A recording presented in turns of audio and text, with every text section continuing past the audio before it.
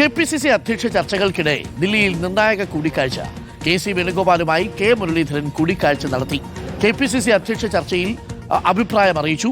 KC വേണുഗോപാലിനെ കാണുന്നതിന് മുൻപ് Antony MP Kerala ഹൗസിലെത്തി മുരളീധരനുമായി കൂടിക്കാഴ്ച നടത്തിയിരുന്നു. കൊടിക്കുന്നിൽ സുരേഷ് MPയും മുരളീധരനുമായി സംസാരിച്ചിരുന്നു. ഇരുവരും KPCC അധ്യക്ഷ സ്ഥാനത്തേക്ക് K മുരളീധരന്റെ പിന്തുണ തേടി.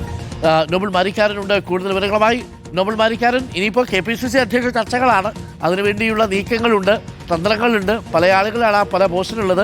ആന്റണി MPയുടെ പേര്, ബെന്നി ബെഹനാന്റെ പേര്, മാത്യു കൊളനാടൻ്റെ പേര്, അതേപോലെ നമ്മുടെ കൊടിക്കുന്നിൽ സുരേഷിൻ്റെ പേര്, വാഴക്കൻ്റെ പേര് ഒക്കെ കേൾക്കുന്നുണ്ട്. ഏതിലേക്കാണ് പോയി വീഴുക എന്നുള്ളതാണ്. പക്ഷേ KC വേണുഗോപാലിൻ്റെ നിലപാട് നിർണായകമാകും എന്നുള്ളതാണ് ലഭിക്കുന്ന സൂചന, അല്ലേ നോബൽ?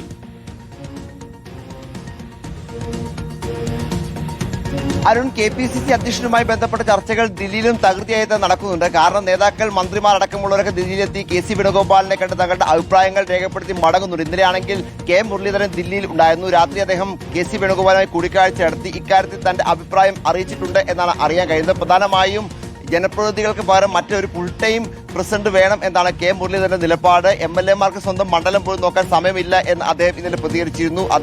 അതുകൊണ്ട് തന്നെ അത്തരത്തിൽ MP-മാരുള്ള ആളുകളാണെങ്കിൽ അവർക്ക് അവകാശവാദം ഉന്നയിക്കാൻ അവകാശമുണ്ട്.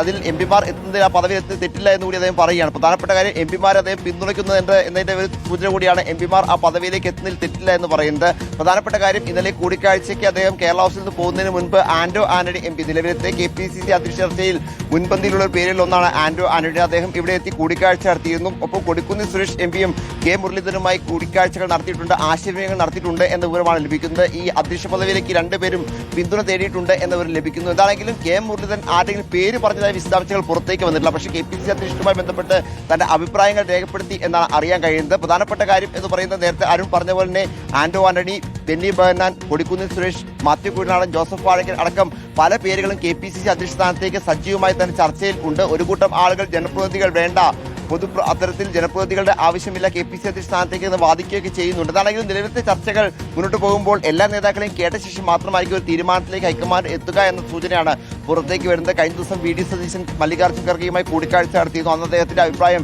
രേഖപ്പെടുത്തിയിട്ടുണ്ട് എന്ന് അറിയാൻ കഴിയുന്നു. കൂടുതൽ നേതാക്കളെ ദില്ലിയിലേക്ക് വിളിപ്പിച്ചൊരു പക്ഷേ ഇതിൽ സമവായം ഉണ്ടാക്കാനായിരിക്കും ഹൈക്കമാൻഡ് ശ്രമിക്കുക എന്ന വിവരമാണ് ലഭിക്കുന്നത്. അതായത് സർക്കാരുമായി ഒരുമിച്ച് പോകുന്ന ഒരാൾ KPCC അധ്യക്ഷനാകണം എന്ന ഒരു സൂചനയാണ്, അത്തരത്തിലൊരു നിരീക്ഷണമാണ് ഹൈക്കമാൻഡിന്റെ ഭാഗത്തും ഉള്ളത്. എന്താണെങ്കിലും വിശദമായി തന്നെ ഇക്കാര്യത്തിൽ ചർച്ചകൾ നടക്കും എന്ന് അറിയുന്നു. അതിനിടയിലാണ് K മുരളീധരൻ ദില്ലിയിലെത്തി KC യോടുമായി കൂടിക്കാഴ്ച നടത്തി അദ്ദേഹത്തിന്റെ അഭിപ്രായം ഈ കാര്യത്തിൽ രേഖപ്പെടുത്തിയിരിക്കുന്നത്. MP-മാർ ഈ സ്ഥാനത്തേക്ക് എത്തുന്നത് തെറ്റില്ല എന്ന് പറയുമ്പോൾ ഒരുപക്ഷെ ആന്റണിയോ അല്ലെങ്കിൽ കൊടിക്കുന്നിൽ സുരേഷിനോ അദ്ദേഹം പിന്തുണച്ചോ എന്ന കാര്യത്തിൽ കൂടി നമുക്ക് ചില സംശയങ്ങളുണ്ട്. അല്ലെങ്കിൽ ആ പേരുകൾ എന്താണെങ്കിലും അദ്ദേഹം പറഞ്ഞാലും വിശദാംശങ്ങൾ ഇപ്പോൾ പുറത്തേക്ക് വരുന്നില്ല. വരും ദിവസങ്ങളിൽ കൂടുതൽ നേതാക്കൾ ദില്ലിയിലെത്തി ഒരുപക്ഷെ ഇക്കാര്യത്തിൽ ചർച്ചകൾ നടത്താനുള്ള സാധ്യതയും ഉണ്ട്. അരുൺ, അപ്പോൾ പ്രിയപ്പെട്ട പ്രേക്ഷകരെ, നോബൽ മാരിക്കാരനാണ് വിവരങ്ങൾ നൽകിയത്. അപ്പോൾ കാര്യങ്ങളൊക്കെ ഇങ്ങനെ ചരടുവലികളൊക്കെ പശ്ചാത്തലത്തിൽ നടക്കാൻ പോകുന്നു എന്നുള്ളതാണ് സന്തോഷമുള്ള കാര്യം, അല്ലേ? എന്തായാലും ഒരു അധ്യക്ഷൻ വരുന്നു എന്നുള്ളതാണ്. ഒരു മുഴുവൻ സമയ അധ്യക്ഷൻ KPCCക്ക് വേണ്ടതുമാണ്.